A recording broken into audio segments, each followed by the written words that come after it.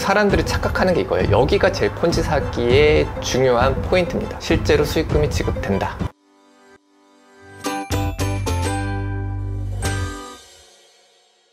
폰지 사기의 그 특징을 한번 살펴보겠습니다. 사실 이 특징만 잘 알고 계셔도 폰지 사기에 안 걸리실 수 있는데 많은 분들이 폰지 사기에 걸립니다. 보이스피싱에 걸리는 것과도 그렇게 다르지는 않은데요. 일단 폰지 사기에만 집중을 해서 폰지 사기의 특징을 한번 알아보겠습니다. 폰지 사기 첫 번째 특징은 고수익을 보장한다는 것입니다. 여러분들 은행 가시면 고수익 보장합니까? 안 하지요. 증권 가면 보장합니까? 안 하지요. 보험 가면 보장합니까? 안 하지요. 보험 가면 마치 고수익인 것처럼 이제 설명을 하는데 사실은 이제 고수익이 아닌 경우들이 많죠. 그거는 이제 보험 같은 경우에는 가입을 시키면은 그때 자기한테 떨어지는 수당이 많다 보니까 좀 무리해서 이제 설명을 하다 보니까 마치 고수익인 것처럼 소개를 하지만 실제로는 이제 고수익이 아닌 경우들이 대부분입니다. 고수익을 보장한다는 것만 보더라도 여러분은 이게 폰지 사기라는 것은 어느 정도 예측하실 수가 있어요. 예를 들어서 뭐 월에 뭐 3% 이상 1% 이상만 돼도 사실은 폰지 사기라고 보시면 되는데 아까 보면 월에 100%라 했잖아요. 그러면은 거의 간판을 내건 거죠. 나는 폰지 사기다라는 간판을 내건다고 보시면 돼요. 내가 월에 100% 준다. 월에 10%만 주더라도 이건 폰지 사기라고 대부분의 법조인들은 볼 겁니다. 판사, 검사, 변호사 뭐 다 월 10% 듣는 순간 아 사기꾼이네 라고 대번에 생각을 할 거예요.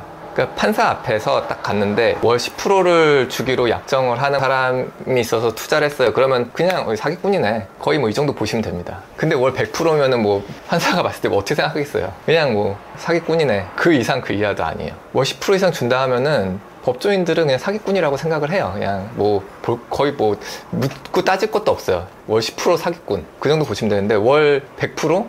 이런 거는 이거는 어디 비빌 수가 없어요. 사기가 아니다라고 비빌 수가 없는 수준이에요. 예. 월 3%만 넘어도 대략 사기에 가깝다라고 보시면 돼요. 예. 그 정도 보시면 되고, 그리고 두 번째 특징이 있어요. 두 번째 특징이 뭐냐면 그 사기를 한 번 치고 많은 이제 좀 잡범들 있죠. 이런 사람들은 수익을 지급하지 않아요. 그냥 한 번 먹고 튀죠. 그러면 이제 크게 못 먹는 거죠. 한 번밖에 못 먹으니까. 그리고 이제 신뢰를 잃잖아요. 그렇기 때문에 이제 더 이상 돈이 안 들어가죠. 이건 이제 사기 잡범들이고, 이제 사기 고단수들이 이제 폰지 사기를 개발한 거잖아요. 이 사기 고단수들은 어떻게 하냐면 실제로 수익을 지급합니다. 그래서 신뢰를 쌓아요. 그러면은 말도 안 되는 고수익이 들어오잖아요. 그러면 이제 사람들 돈 맛을 알죠.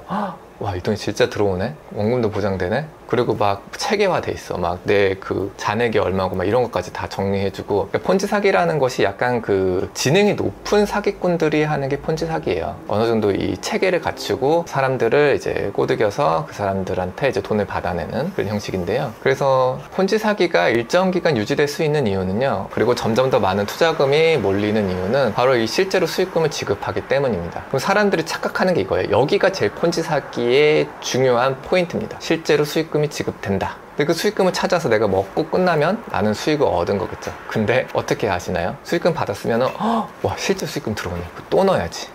또 넣어야지 이런단 말이에요. 근데 이게 요즘 사람들은 좀 똑똑해가지고 단기성 사기에 잘 안 당한단 말이에요. 그렇기 때문에 이 사기를 치는 사람들이 어떻게 하냐면 수익 계속 지급함으로써 신뢰를 쌓아요. 그 믿는 도끼 발등 지킨다 그러지 않습니까? 그 믿지 않는 도끼는 발등을 지키지 않습니다. 조심하기 때문에. 근데 처음엔 긴가민가 했는데 옆 사람이 넣었는데 실제로 돈을 받아. 나도 넣었는데 실제로 돈을 받아. 그럼 점점 더 넣게 되겠죠. 그죠?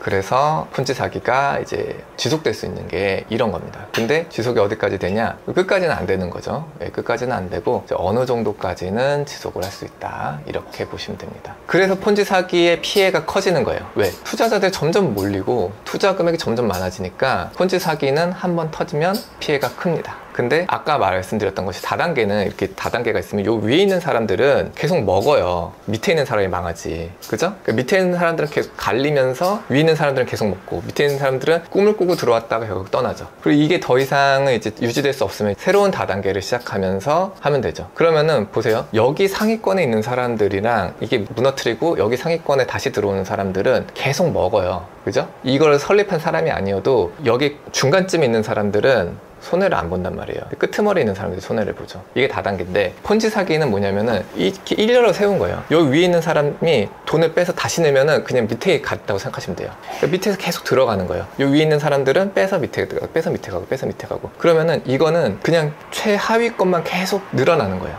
이 사람들만 계속 늘어나는 거고, 돈 먹는 사람은 누구냐? 운영하는 사람이죠. 운영하는 사람 뭐 이리저리 빼돌리고 해서 돈을 먹겠죠. 그동안 이제 잘 먹고 잘 살았을 거고.